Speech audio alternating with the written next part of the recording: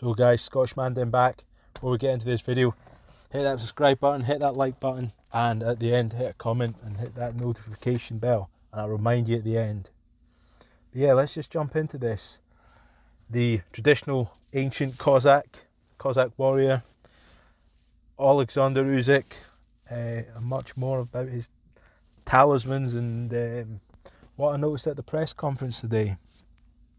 So let's get a little bit of background on the Zaporizhian Cossacks who lived beyond forgive my pronunciation, the Napier Rapids.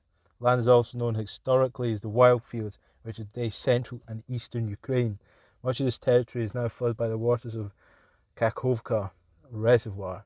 Zaporizhian Zyke grew rapidly in the 15th century from the serfs, fleeing from more controlled parts of Polish-Lithuanian Commonwealth. It became established as a well-respected political entity with a parliamentary system of government. During the course of the 16th and 17th, as well as the 18th century, Zaporizhian Cossacks were a strong political and military force that challenged the authority of the Polish-Lithuanian Commonwealth, the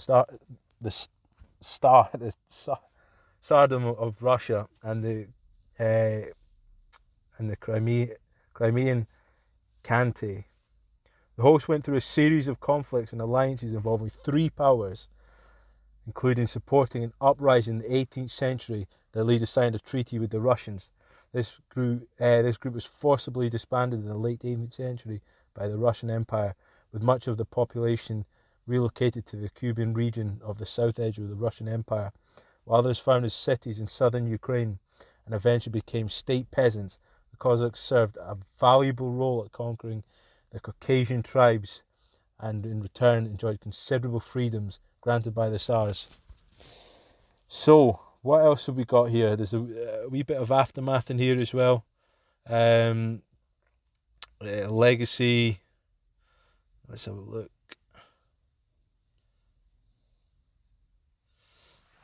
No, but basically, they were, like it was saying in there, they didn't want to be serfs. So, what were the options? Submit, die, or a strong will to escape. Establish your own communities, become strong warriors. They were good horsemen. They, based themselves at rivers in Ukraine, foraged and grew their own communities, and they were fierce warriors that were, often caused issues according to the mainstream. But how does this fearsome warrior play into Alexander Usyk? To me, Alexander Usyk strikes me as a spiritual guy. Maybe a man of God, I think. But certainly at a deeper level than the superficial Christian that you would get today. I think, things that make me believe that is just he's just in that warrior mindset right now. His manager Alex Krusek was saying, Alexander Usyk's, holding his breath underwater, almost passing out and dying after 4 minutes and 41 seconds. And whether that's true is irrelevant. I would say more than likely, in a 45 degree heat, cycling 100 miles, insane stuff. Swimming sort of a breaststroke or front crawl, whatever it is, 10 kilometers over 4 hours.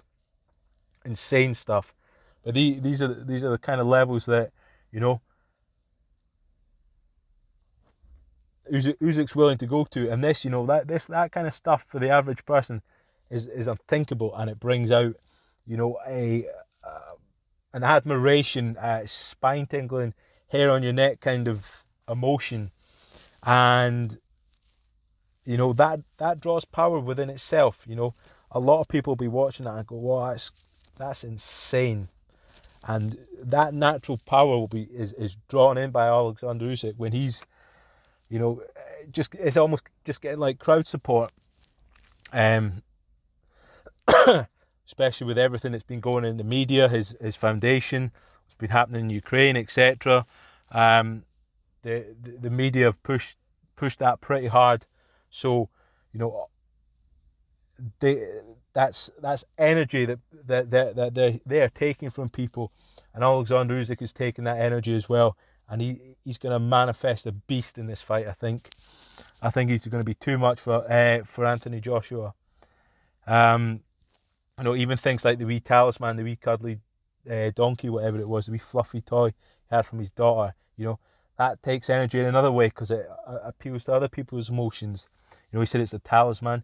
A talisman is traditionally a magical object. Don't ask me. I don't know anything about them in any depth, but you know, it draws power, and that draws power because people go, oh man, he's got his daughter's wee toy, and that draws power, and you know, just people's attention on that with those positive emotions manifest themselves into greater energy and elevating himself, in my opinion.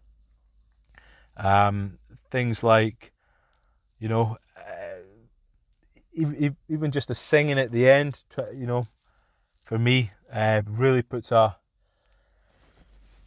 you know, just it's hard to say. It's Alexander Usyk, but it's like it's a medieval warrior. He's just got himself into that mindset. I think he actually believes that he's like, you know, in the 16th, 17th century, and he's, you know, fighting for the freedom of Ukraine and himself. You know, these people were fierce warriors that, you know, were granted immense freedoms because of the ferocity. Who's going to put them down? You know, and you have to have that mentality in life to succeed. And I think Alexander Usyk's got that. He knows, you know, he did well in the first fight, but he knows that same deal ain't going to be good enough against AJ, you know. And on the other hand, if AJ can beat an Alexander Usyk in this state, you know, the best, you know, everyone's saying he's ever been, then hey, credit to AJ. He'd probably go down. He'd probably carry on his career and probably go down as a great, in my opinion. You know, I think over the last couple of years, AJ's had his downfalls in that, and he you know, I do have criticisms of him, etc.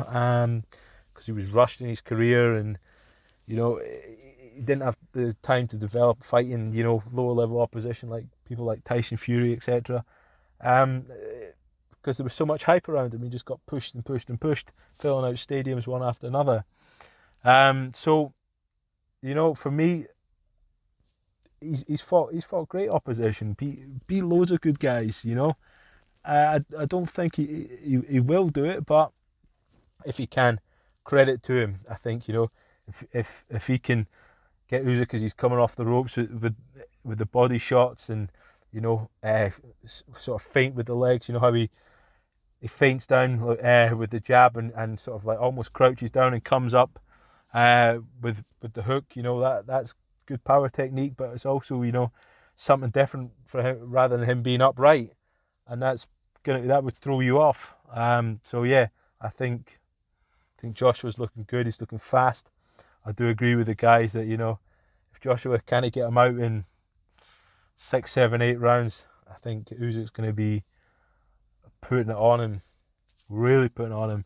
And I do think Usyk's going to be in a bit of trouble in this fight. But again, I just think he's going to have too much for AJ. But you guys let me know what you think about the analysis of the presser.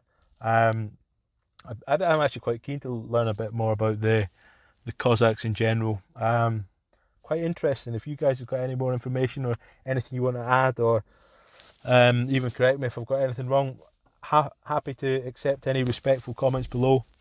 Remember, comment, like, subscribe, hit that notification bell, and I'll catch you guys soon. Much love.